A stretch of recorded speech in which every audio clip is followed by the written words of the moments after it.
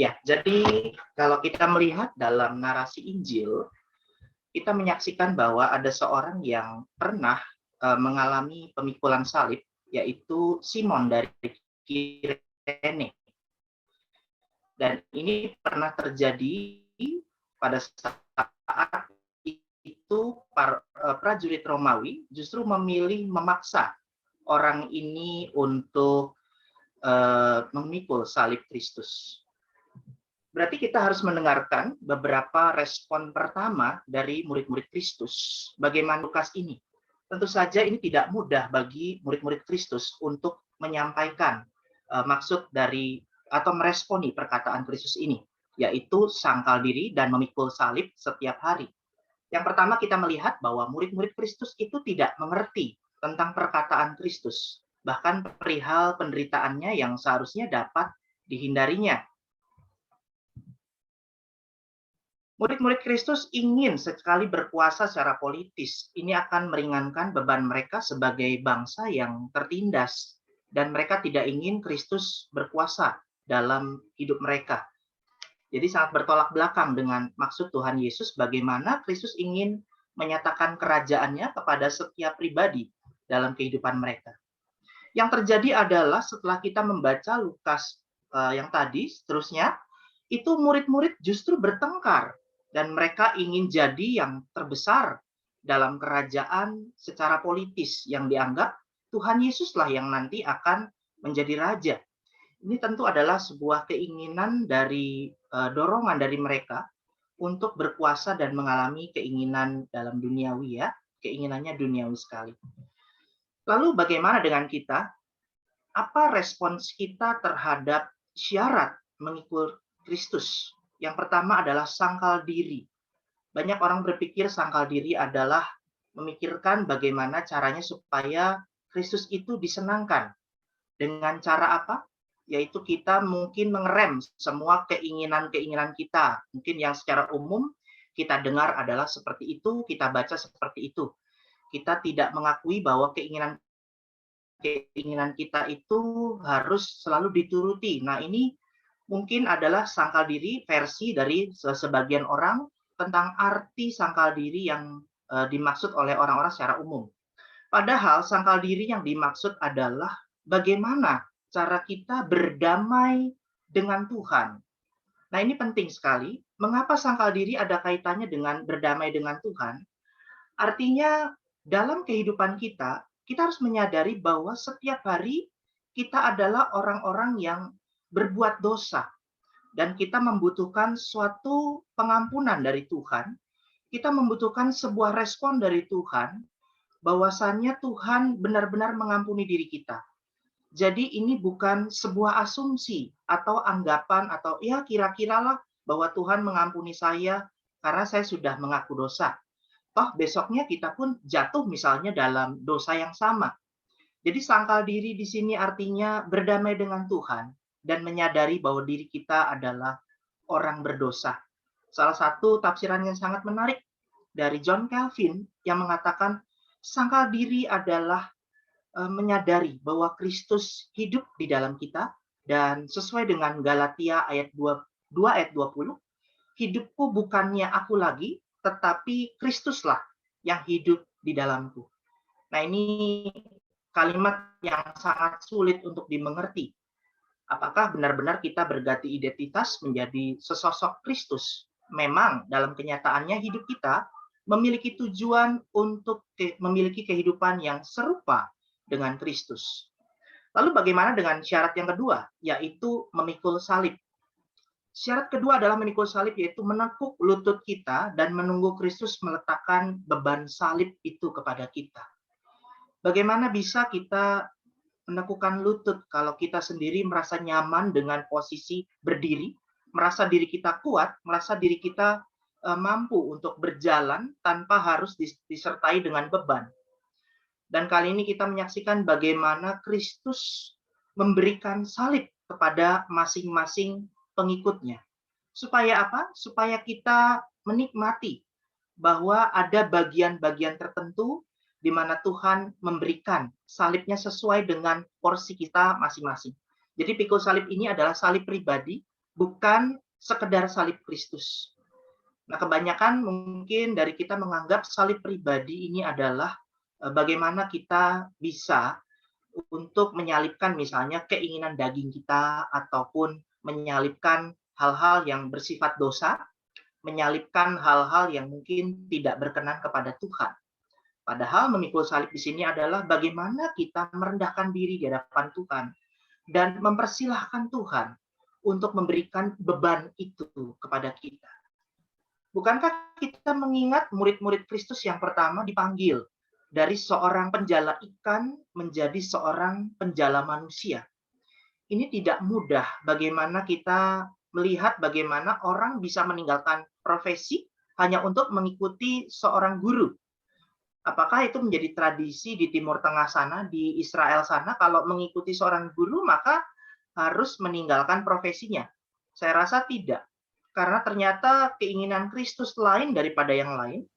Keinginan Kristus adalah mengundang pribadi itu, yaitu para murid, mengundang mereka dari kesibukan mereka, dari mungkin tengah-tengah karir mereka yang sedang cemerlang, dari kehidupan mereka yang sedang mungkin ditunggu oleh banyak orang.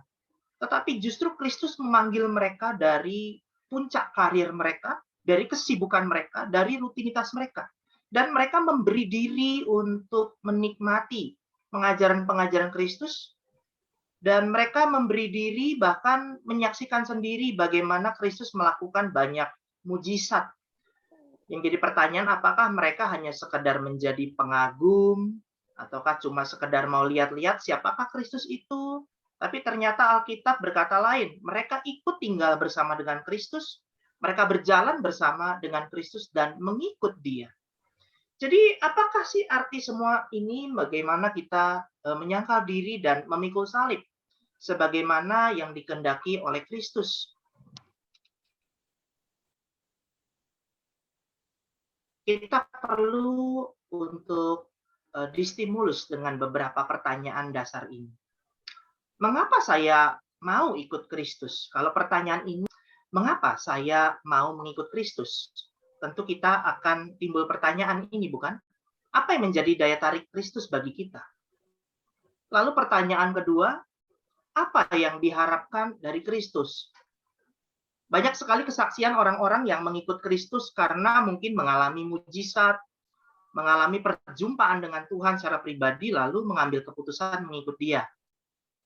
Atau dari seorang yang tadinya tidak punya apa-apa, lalu berjumpa dengan Kristus, lalu orang ini mengambil keputusan untuk mengikut Kristus.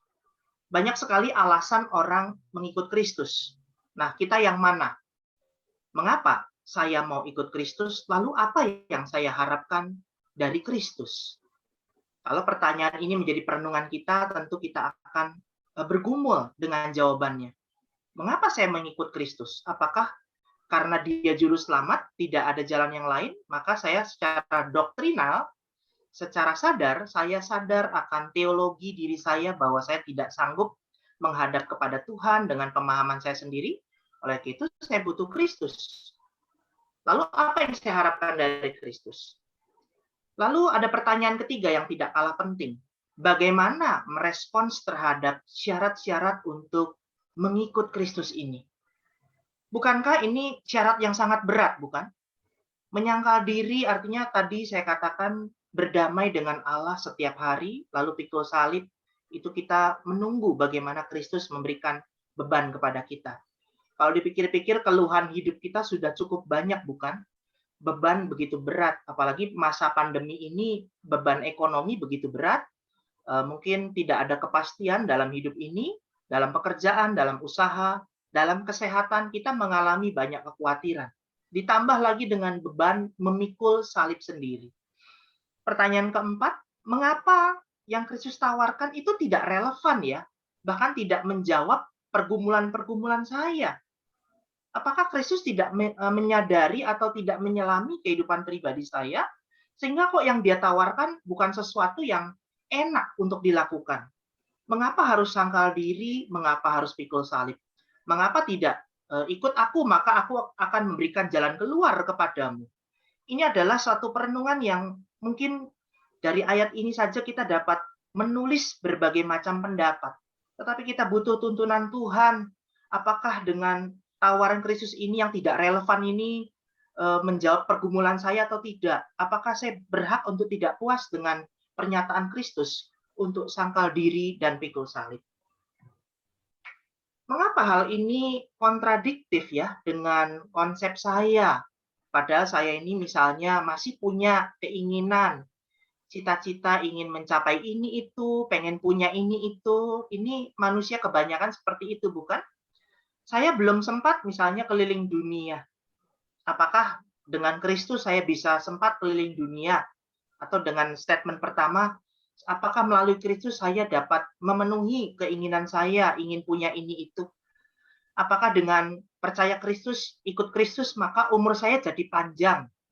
Ya, artinya kita saja merasa sudah siap menderita jika kita mengalami atau mencapai ini semua. Ingin punya ini itu, contohnya. Kita cukup menderita, misalnya menabung, menahan diri dengan menghemat di sana-sini hanya ingin memiliki suatu benda. Atau ada yang dibela-belain sampai kredit dan sebagainya, berhutang begitu besar hanya untuk memiliki sebuah benda yang sebetulnya tidak terlalu penting. Atau ingin keliling dunia. Ya, ada orang begitu menderita dan frustasi karena masa pandemi ini nggak pernah bisa pergi kemana-mana. Keluar negeri takut, ya. Mau keluar daerah aja takut, apalagi mau keluar negeri ya. Belum sempat keliling dunia. Jadi alangkah beresiko sekali jika kita punya keinginan untuk keliling dunia pada masa-masa yang sukar ini. Lalu saya ingin umur panjang, artinya kita siap menderita dengan menjaga kesehatan. Ada makanan enak, kita bisa tahan diri kita untuk tidak makan makanan enak. Ada hal-hal yang mungkin mengenyangkan perut kita, lalu kita bisa tahan diri untuk tidak makan itu. Ya, kita ingin umur panjang, artinya kita ada fitness yang teratur, ada olahraga yang teratur, ada vitamin-vitamin yang harus kita minum, sehingga sangat menderita sekali untuk hidup sehat. Bahkan ada beberapa orang punya slogan begini, hidup sehat itu mahal, tetapi sakit jauh lebih mahal. Misalnya seperti itu. Jadi kita melihat untuk mencapai hal-hal duniawi saja, kita perlu menderita. Untuk mencapai hal-hal yang mungkin hanya untuk memuaskan diri kita, kita menderita. Makanya muncul peribahasa berakit-rakit ke hulu, berenang-renang kemudian. Ya, tentu orang tua tentu tahu arti peribahasa ini. Bersakit-sakit dahulu, bersenang-senang kemudian. Orang duniawi pegang ini. Mereka ingin mendapatkan itu, ini, mereka ingin keliling dunia, pengen umur panjang, pengorbanannya begitu besar. Seorang novelis bernama C.S. Lewis yang menulis Narnia, ya, menulis novel The Hobbit, ya, dia menulis demikian. Sepertinya Kristus ingin saya berpaling dari semuanya itu. Dan saya diminta untuk berpaling hanya kepadanya. Dan hanya dia saja. Dari seorang novelis menjadi seorang penulis buku-buku fiksi teologi ya. Jadi seorang yang mengenal Tuhan. Inilah seorang C.S. Lewis yang mendapatkan apresiasi dari hasil tulisan novel-novelnya yang cukup bestseller, tetapi pada akhirnya dia melayani Tuhan. Bagaimana kita melihat kehidupan murid Kristus yang mula-mula? Tentu saja ketika mendengar perkataan ini dalam Injil Lukas, mereka tidak ngerti. Apa arti sangkal diri, apa arti pikul salib, mereka nggak ngerti. Mereka sulit menerima perkataan-perkataan, bahkan pengajaran Tuhan Yesus. Bahkan di beberapa tulisan Injil, ketika Tuhan Yesus habis mengajarkan mereka lewat perumpamaan, apa yang ditanyakan mereka? Guru, apa arti perumpamaan ini? Ya, jadi untuk selevel murid Yesus saja, mereka harus bertanya kepada Tuhan Yesus, apa arti perumpamaan ini? Lalu Yesus menjawab, kepada mereka tidak dikaruniakan pengertian, tetapi kepadamu diberikan karunia untuk mengerti. Ya, jadi nggak semua orang dikasih karunia untuk mengerti perumpamaan-perumpamaan Tuhan Yesus. Jadi murid-murid itu mula-mula mendengar ajakan Kristus untuk sangkal diri dan pikul salib, mereka tidak mengerti. Apalagi dengan kita yang masa kini mungkin ya, kita perlu proses untuk mencerna perkataan Yesus. Kalau kita hanya baca sekilas ayat tadi, sangkal diri, pikul salib, ikut Yesus, gampang. Tapi lihat kenyataannya. Narasi kitab suci mengatakan murid-murid tidak mengerti. Bahkan tidak mengerti mengapa Yesus Kristus harus menderita. Dalam tulisan Injil Lukas, ya setelah Roh Kudus turun, ya dalam kitab Kisah Para Rasul, jemaat perlu tahu bahwa Kisah Para Rasul juga ditulis oleh Lukas, ya. Jadi setelah Roh Kudus tercurah, barulah mereka secara sukarela memberi diri untuk melayani pekerjaan Tuhan, melayani jemaat dan sebagainya, bahkan menderita karena pemberitaan salib, bahkan rela menderita, rela teraniaya demi memberitakan kuasa kebangkitan Tuhan Yesus. Jadi seolah-olah dari kekuatan diri mereka, mereka tidak sanggup untuk sangkal diri atau pikul salib, bahkan mengikut Yesus. Buktinya pada saat Yesus disalib, rata-rata lari semua kan murid-muridnya. Nah ini yang terjadi kenyataannya. Jadi ada satu oknum tertentu yang menolong murid-murid untuk dimampukan supaya mereka sanggup sangkal diri dan pikul salib. Pribadi itu adalah Roh Kudus yang memampukan mereka. Ada beberapa pengajaran yang agak sedikit melenceng mengatakan demikian. Roh Kudus itu suatu kekuatan, ya. Jadi ada orang berpikir Roh Kudus itu kekuatan supranatural, padahal bukan. Bagi kita orang Reform Injili, Roh Kudus adalah pribadi Allah. Pribadi Allah yang stay di dalam kita. Kalau pada saat inkarnasi Yesus, Yesus itu adalah Immanuel, Allah yang beserta kita, God with us. Tetapi setelah tercurahnya Roh Kudus, konsep itu berubah. Bukan lagi God with us, tetapi God in us, Allah di dalam kita.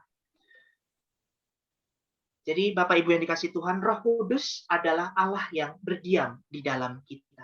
Sehingga melalui Dia kita bisa sukarela menderita karena pemberitaan salib dan pemberitaan kuasa kebangkitan.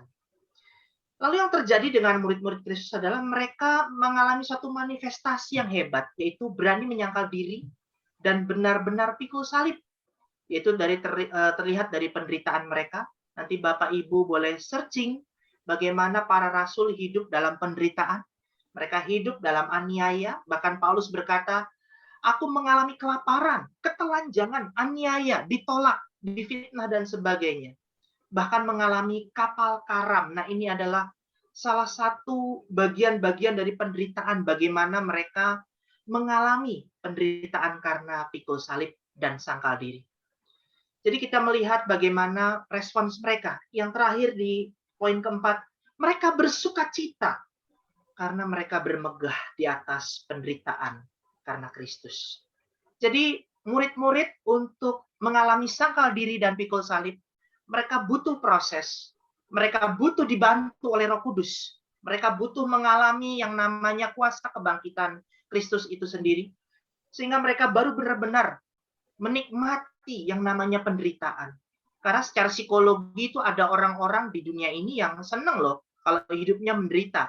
Mereka mengalami kepuasan dalam batin mereka kalau hidup mereka menderita, padahal mereka orang yang cukup berada, tapi sengaja membuat diri mereka menderita. Ada orang-orang seperti itu hanya untuk mencari sensasi. Tetapi di sini murid-murid Tuhan Yesus tidak mencari sensasi. Mereka justru bermegah di atas penderitaan karena Kristus. Relevansinya dengan kita pada masa kini, bahwa misalnya penderitaan karena pandemi ini, itu ternyata bukan penderitaan karena sangkal diri dan pikul salib demi mengikut Kristus. Penderitaan karena pandemi semua orang justru mengalaminya. Jadi kita harus bisa bedakan penderitaan yang dialami oleh murid-murid Yesus dengan penderitaan yang tidak dialami oleh murid-murid Yesus. Murid-murid Yesus juga ikut menderita bukan karena pandemi ini, tetapi ada penderitaan-penderitaan khusus bagaimana dalam rangka sangkal diri atau pikul salib dan mengikut Dia. Relevansi yang kedua adalah tidak semua penderitaan itu berkaitan dengan mengikut Kristus. Sebagai contoh, saya mengambil 1 Korintus 10, Paulus menyebutkan bahwa apa yang kita alami, pencobaan-pencobaan yang kita alami, penderitaan-penderitaan yang kita alami adalah pencobaan biasa atau penderitaan yang biasa. Artinya apa? Ada pencobaan istimewa yang akan dialami oleh murid-murid Kristus.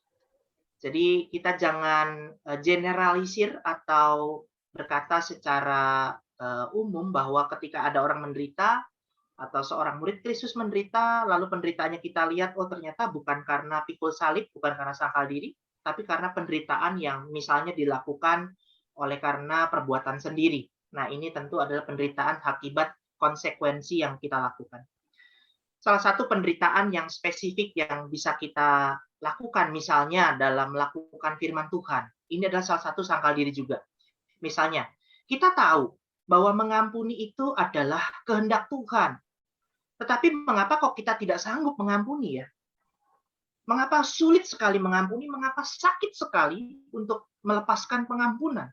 Mengapa begitu berat untuk melepaskan pengampunan? Padahal ada perintah yang kita tahu, yang kita sadari, yang kita imani bahwa mengampuni itu adalah kehendak Tuhan. Mengapa demikian? Karena tidak ada kuasa, tidak ada power untuk melakukannya. Dari mana letak kuasa itu? Paulus menjawab dalam Roma 1 ayat 16, kita bisa mendapatkan kuasa itu karena kita menempatkan Injil Kristus sebagai yang utama dalam kehidupan kita. Roma 1 ayat 16 dikatakan Injil sebagai kekuatan Allah yang menyelamatkan. Edmundson, seorang tokoh gereja tentang pemuritan, dia menulis demikian, meminta kekuatan Allah dalam kelemahan-kelemahan kita adalah membawa pada pengalaman hidup yang berorientasi kepada Injil Kristus Yesus. Jadi ketika kita lemah, justru di saat itulah kekuatan Allah nyata, di mana kita harus menempatkan sentralitas Injil Kristus. Apa artinya sentralitas Injil Kristus? Artinya mari kita berfokus kepada berita Injil yang sesungguhnya. Berita Injil yang sesungguhnya menempatkan posisi kita sebagai orang-orang yang lemah, sebagai orang-orang yang tidak ada harapan. Sentralitas Injil menempatkan kita sebagai orang-orang yang tadinya tidak layak diampuni, justru kita mendapatkan kasih karunia, justru kita mendapatkan kekuatan Allah yang menjanjikan keselamatan kepada kita. Ini adalah pusat dari berita Injil. Dan ini adalah beban atau salib Kristus itu sendiri, yaitu sentralitas dalam Injil Kristus. Apakah Injil Kristus menjadi yang utama dalam kehidupan kita? Ya, karena banyak sekali berita-berita miring tentang Injil Kristus. Contohnya saya melihat dalam Galatia 1, Galatia 1 itu Paulus menulis demikian. Aku heran ya kepada kamu jemaat Galatia, mengapa kok kamu cepat beralih kepada Injil yang lain, yang sebenarnya bukan Injil. Jadi jemaat gereja mula-mula sendiri tidak mengalami bagaimana menempatkan Injil Kristus sebagai fokus yang utama. Justru mereka malah tertarik kepada pemberitaan Injil yang lain. Ya, ini mencengangkan bukan? Di surat Galatia Paulus penulis demikian kepada jemaat Galatia bahwa ternyata jemaat yang ditebus oleh Kristus justru malah beralih kepada Injil yang lain. Pertanyaannya, apakah kuasa Injil Kristus yang asli tidak memberikan mereka kekuatan, tidak memberikan mereka kuasa untuk hidup dalam keselamatan, tidak memberikan mereka kuasa untuk mengalami suatu sikap bagaimana menyangkal diri ataupun memikul salib. Ini adalah perenungan bagi kita semua, dan kita sampai kepada kesimpulan. Malam hari ini saya mengambil beberapa kesimpulan dari perikop ini, antara lain yang pertama, mustahil bagi kita menjadi murid Kristus tanpa kita menerima panggilan dari Kristus sendiri. Seperti yang tertera dalam Yohanes 15 ayat 16, akulah yang memilih kamu, bahkan mengutus kamu supaya kamu menghasilkan buah.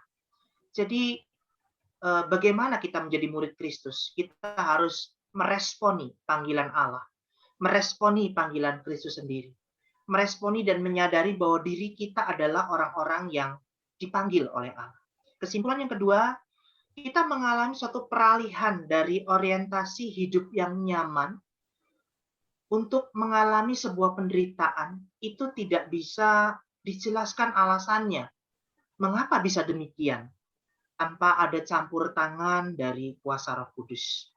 Jadi penyertaan kuasa Roh Kudus, Allah yang ada di dalam kita, itu menolong kita untuk mengatur ulang struktur kehidupan kita, Misalnya tadinya orientasi hidup kita atau tujuan hidup kita adalah kenyamanan, tetapi setelah mendengar ajakan Kristus untuk sangkal diri pikul salib, maka kita menjadi orang-orang yang beralih memiliki tujuan hidup, yaitu berani atau rela menderita.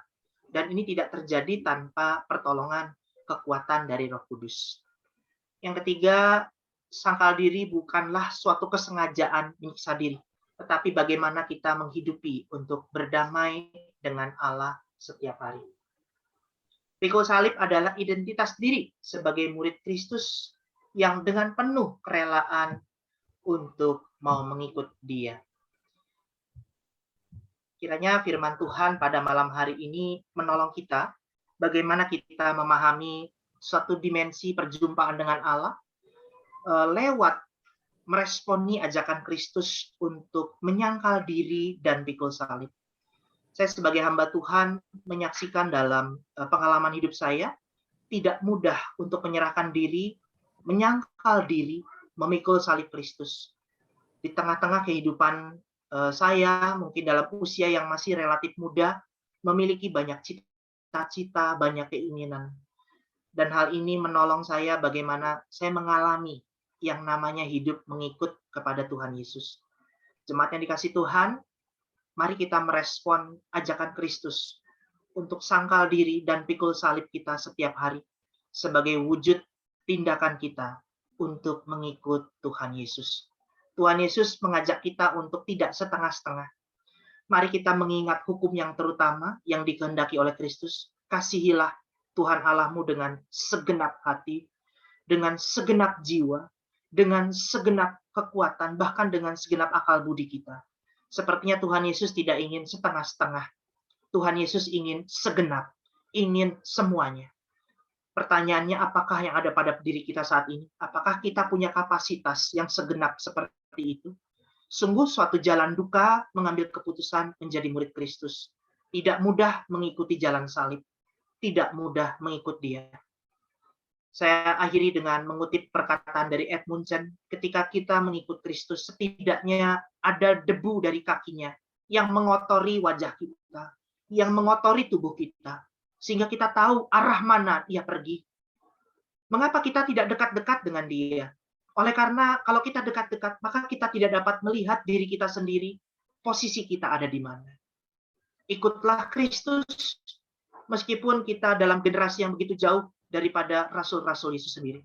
Ikutlah Kristus dengan memandang salibnya. Ikutlah Kristus dengan menyangkal diri kita. Kiranya Tuhan menolong kita, memberkati kita. Mari kita berdoa.